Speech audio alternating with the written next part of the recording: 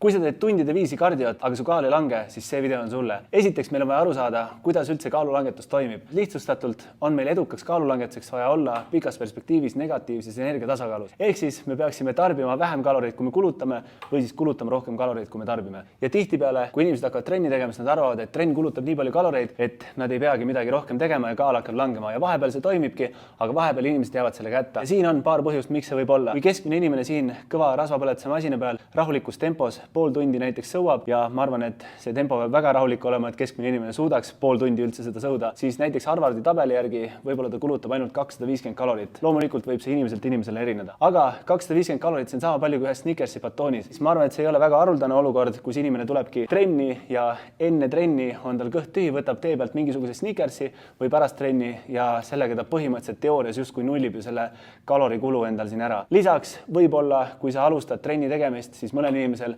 hakkab kõht tühjemaks minema, ehk siis tänu sellele, et sa hakkad trenni tegema, sa hakkad võib-olla rohkem üldse sööma. Lisaks veel, mõni inimene võib-olla, kui ta käib hommikul trennis, siis ülejäänud päeva ta ei viitsi enam mitte midagi teha, tal ei ole energiat ja midagi teha, ta lihtsalt vedeleb ülejäänud päeva. Ja loomulikult see ei ole tegelikult alati nii dramaatiline. Ma ei ürita sind demotiveerida trennis, trenni peaksid kõik inimesed tegema, vahet pole, kas su eesmärk on kaalulangetus või mitte, aga lihtsalt kui su eesmärk on kaalulangetus, siis lisaks trennile peaksid ka jälgima natukene enda toitumist, sest see teeb kaalulangetuse tunduvalt lihtsamaks ja üldjuhul ka efektiivsemaks. Edu sõbrad!